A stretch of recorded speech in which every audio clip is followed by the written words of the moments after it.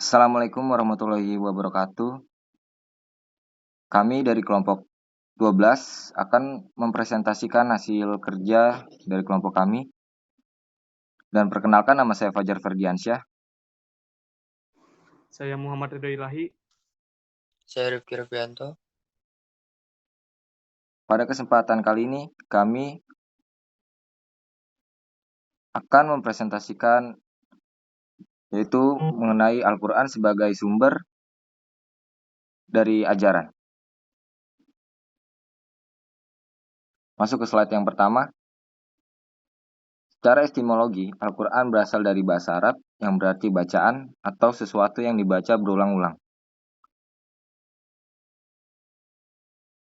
Kata Al-Quran adalah bentuk kata benda dari kata kerja qara'a yang berarti membaca.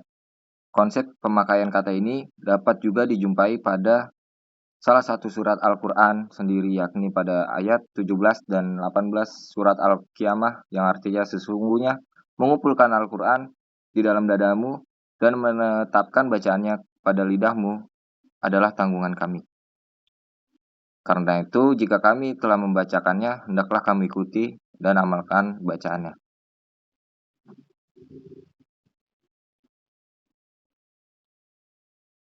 Lalu, pengertian Al-Quran. Adapun menurut istilah Al-Quran adalah kalam Allah Subhanahu wa taala yang diturunkan kepada Nabi Muhammad SAW dengan berbahasa Arab yang diriwayatkan secara mutawatir dan menjadi ibadah dengan membacanya. Al-Quran adalah kalam Allah Subhanahu wa taala, artinya bahwa Al-Quran adalah wahyu yang berasal dari Allah Subhanahu wa taala. Nama-nama lain Al-Quran yaitu Al-Furqan, Al-Huda, Asy-Syifa, Az-Zikru, Al-Bayan, dan Al-Kitab. Lanjut ke makna Al-Quran.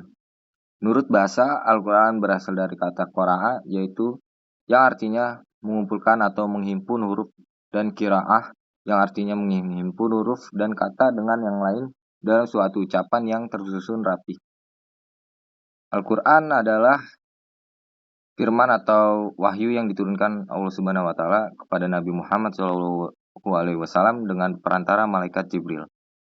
Al-Quran menjadi pedoman hidup dan petunjuk bagi seluruh umat manusia hingga akhir zaman.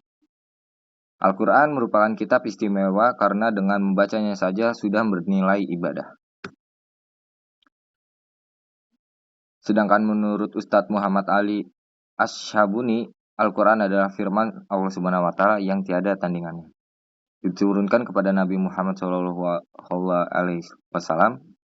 penutup para nabi dan rasul, dengan perantara malaikat Jibril dan ditulis pada mushaf yang kemudian disampaikan kepada kita secara mutawir. Serta membaca dan mempelajarinya merupakan ibadah, dimulai dengan surah Al-Fatihah dan ditutup surah An-Nas. Selanjutnya akan dipresentasikan oleh teman saya, Ridho.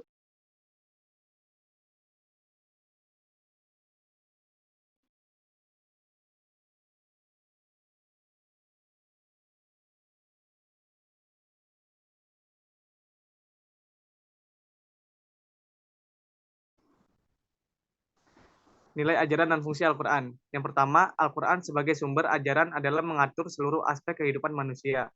Yang kedua, Al-Quran sebagai sumber inspirasi etik. Al-Quran sangat menjunjung tinggi nilai-nilai keadilan, persamaan, dan kemanusiaan. Yang ketiga, Al-Quran sebagai inspirasi ilmu pengetahuan. Al-Quran bukan kitab ilmu pengetahuan yang di dalamnya bisa secara langsung ditemukan ragam ilmu pengetahuan, namun Al-Quran sangat bisa menjadi inspirasi pengembangan ilmu pengetahuan.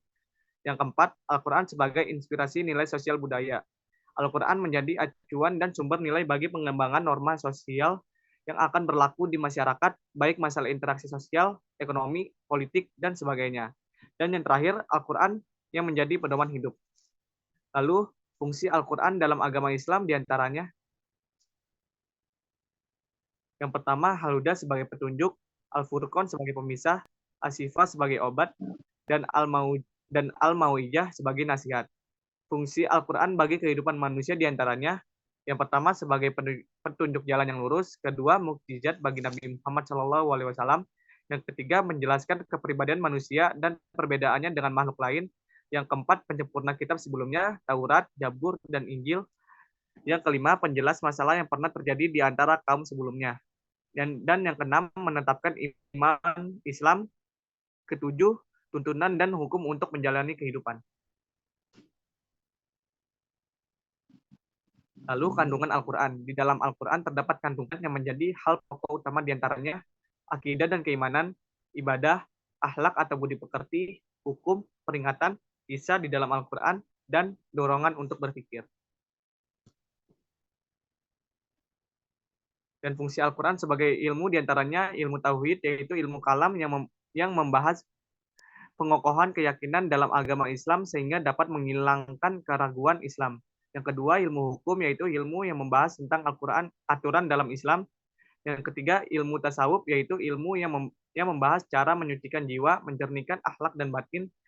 Dan ilmu filsafat Islam, yaitu hubungan ilmu kalam dengan filsafat. Ilmu ini meyakini keesaan Tuhan, yaitu Allah Subhanahu wa Ta'ala. Kelima, ilmu filsafat Islam, yaitu hubungan ilmu kalam dengan filsafat. Ilmu ini meyakini keesaan Tuhan, yaitu Allah Subhanahu wa Ta'ala. Dan yang terakhir, ilmu pendidikan Islam, yaitu Al-Quran menjadi sumber utama untuk mempelajari Islam. Lalu dilanjutkan.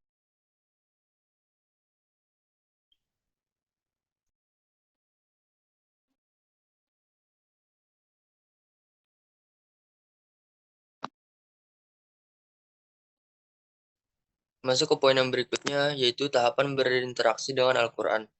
Yang pertama itu ada mengimani, membaca, mendengarkan, dan menghafal Al-Quran. Yang kedua, memahami dan mengamalkan pesan Al-Quran. Lalu yang terakhir, menyampaikan pesan Al-Quran, yaitu secara umum, secara khusus.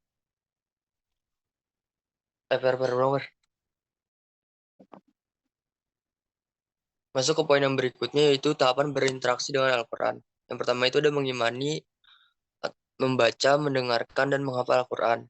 Yang kedua ada memahami dan mengamalkan pesan Al-Quran. Yang ketiga ada menyampaikan pesan Al-Quran, yaitu secara umum mengajak kepada perbuatan baik, kewajiban setiap individu. Lalu secara khusus menyampaikan pesan Al-Quran hanya orang yang memiliki kemampuan yang memadai.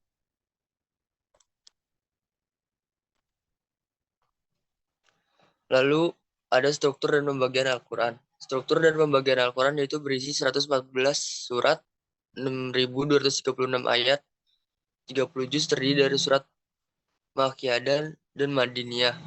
Ciri surat Madiniyah yaitu suratnya panjang-panjang, berisi mengenai ketauhidan, sedangkan surat Makkiyah surat-suratnya pendek-pendek, lebih banyak mengenai syariat, ibadah, dan muamalah.